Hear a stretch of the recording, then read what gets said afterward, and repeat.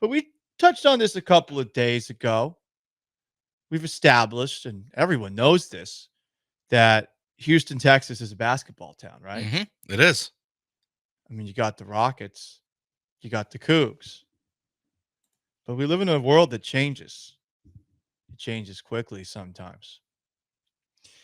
The Houston Rockets have lost 6 of their last 7. They're not playing tonight. They didn't play last night.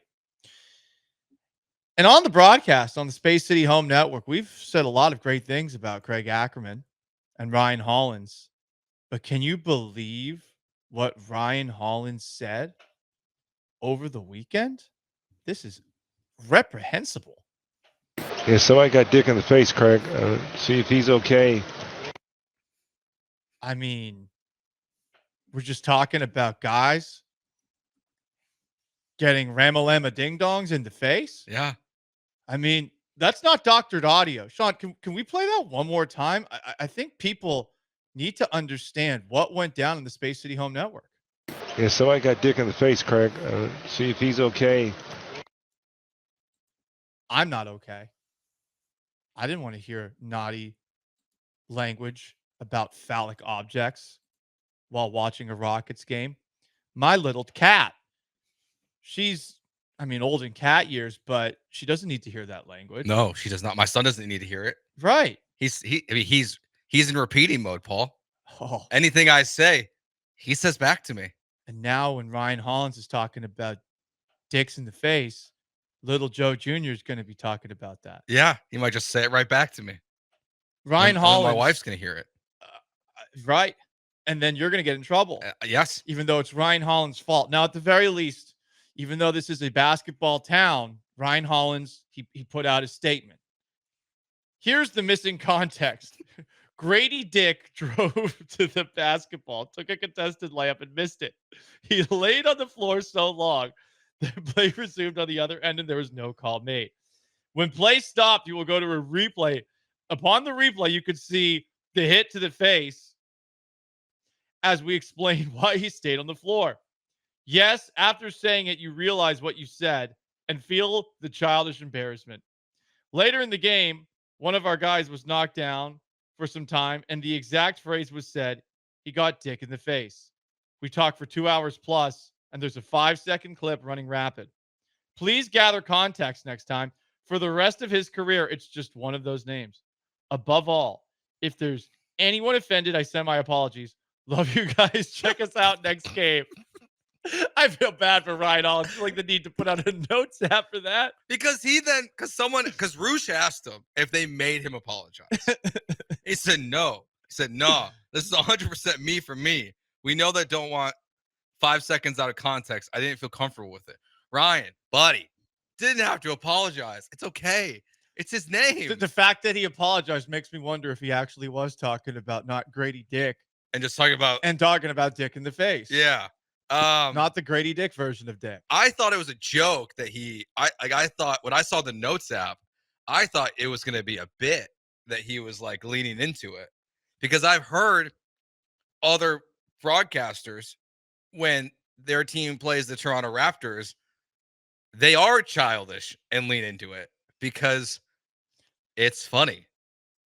Like it's childish humor. There's a line not to cross. We don't need to apologize, Ryan. It's okay. We know what you meant. Everyone knows the guy on the ground's last name is Dick. It's just his name. It's a funny first name. I think I feel bad for Grady now. I don't. It's a funny last name. It's a funny first name. My brother-in-law, his dad is named Dick. I had a teacher in school whose name was Richard Beaton, which I'm not kidding. Poor guy. Honestly, terrible parents. Especially terrible parents for a future high school teacher. Yeah. He was a really nice guy, but we laughed about that behind the scenes. And now Rockets basketball, it might be unwatchable. So basketball town now on the ropes. Even worse last night, did you catch our beloved Coogs playing Baylor last night? I hope you did, because at the very end, you know what you probably saw? You probably saw West Coast bias stepping in and not allowing us to see what happened at the end of the game. Kevin and Coach in studio, we want to give you this important navigation. If you want to catch the finish of Baylor and Houston, we invite you to head to ESPNU. Here on ESPN, Coach, it is the Laker debut of Luka Doncic. What are you interested to see? Two of the toughest matchups in all of college basketball, playing together, trying to coexist and find a way to take the Lakers back to the level that they expect to be at, competing for championships. That's what I expect to see, and that's the big question moving forward. Jazz and Lakers, Dave Pasch, Tim Legler on the call.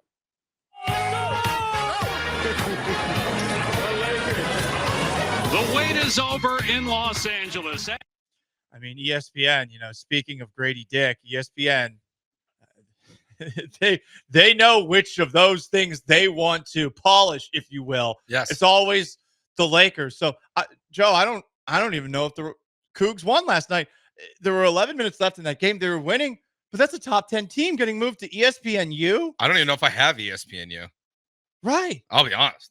I don't either. Who knows if we have ESPNU anymore with all these streaming packages and how much they're changing.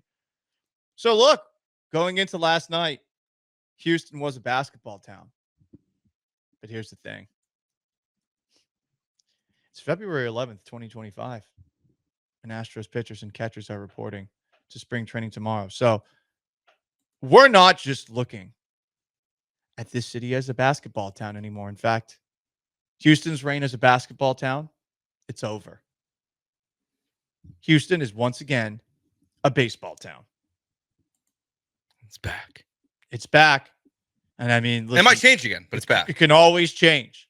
This is the most competitive sports market in all of the land when it comes to who cares about what and what sports at the top. But, well, it was a nice couple of weeks for basketball town Houston. It's now baseball town Houston. Okay? Just don't get it twisted.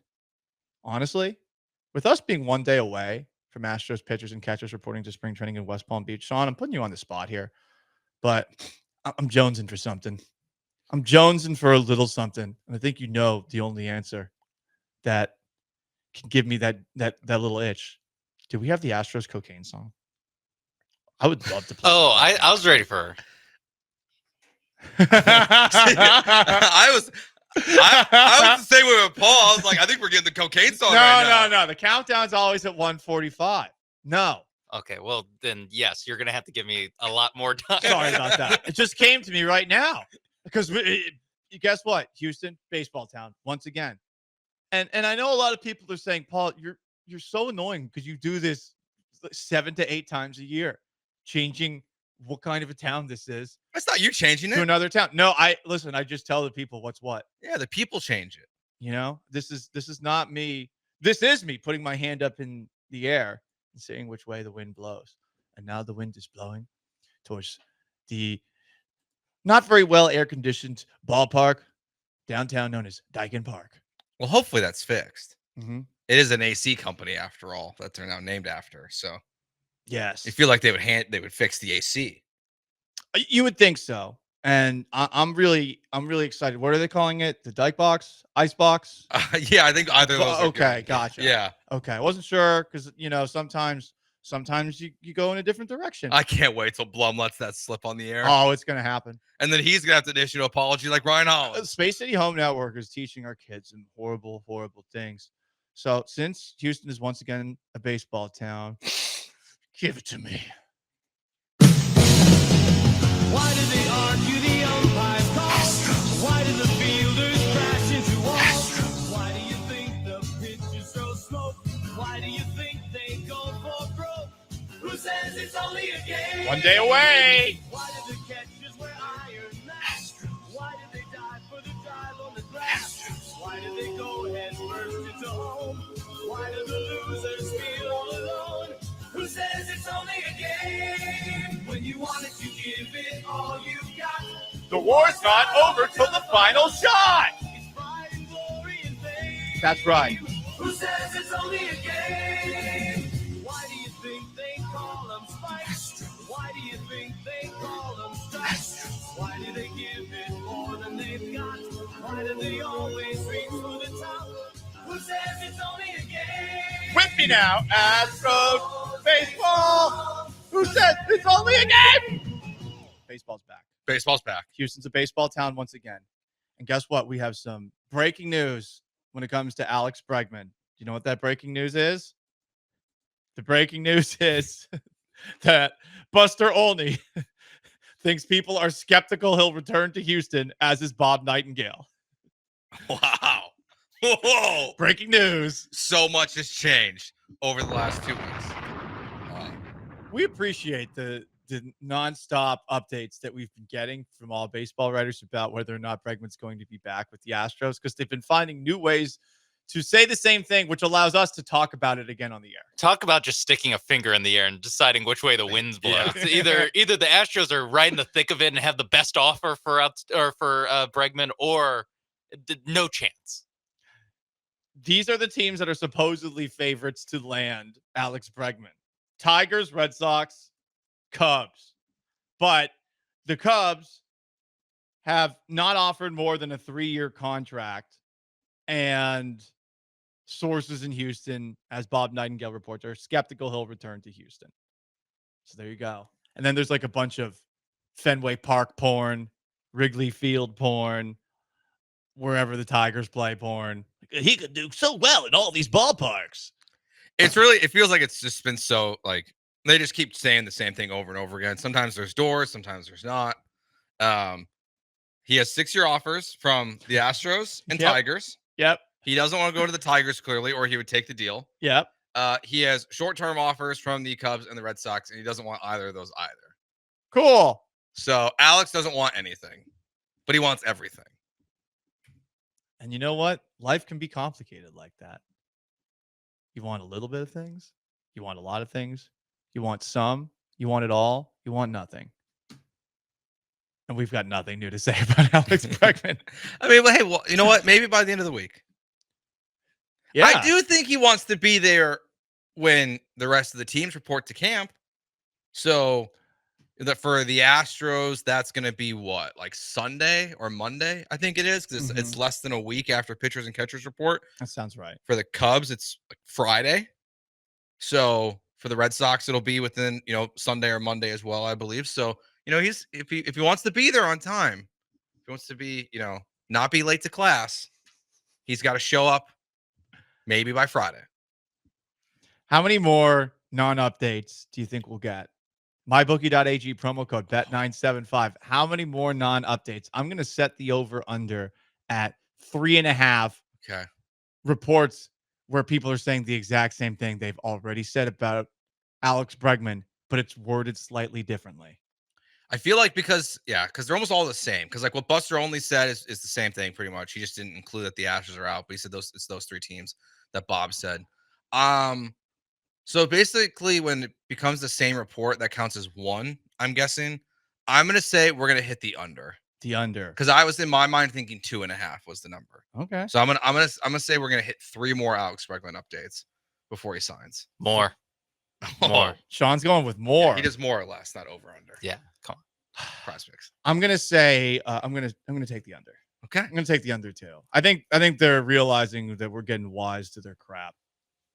I'm ready for it to be less. I don't know. I feel like we've gotten the same exact report 4 times in the last. It's like since the weekend that Bregman was going to be an Astro, we've gotten this report at least 4 times. Hey, you know what's this exact one? Yes. That like there's finalists now, and there's been finalists, and sometimes the Red Sox are in it, sometimes the Cubs are in it, sometimes those 2 teams aren't in it. It's the only consistent team is the Tigers, which is very funny because, yes, it doesn't seem like he wants to go there. I also love that this is like the only time in free agency ever, I feel like, there's something missing.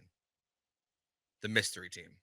Oh, yeah. No mystery in baseball, team. there's always a mystery team. No mystery team. There's no mystery teams this time with Alex Bregman. I think 25 teams are saying no thanks. Yeah. Toronto wanted to be a team that was actually thought of as one of the teams that's seriously in on him. But yeah, no one took that seriously. No offense. You're Canadians. Yeah. Didn't they sign a couple guys too? Like where it kind of takes them out of the Correct. big splash. So. Yeah, something like that. So here we are, guys. Houston is a baseball town again, but whether it is or isn't a baseball town for the foreseeable future, you never know. And you also have no idea what's going on with Alex Bregman.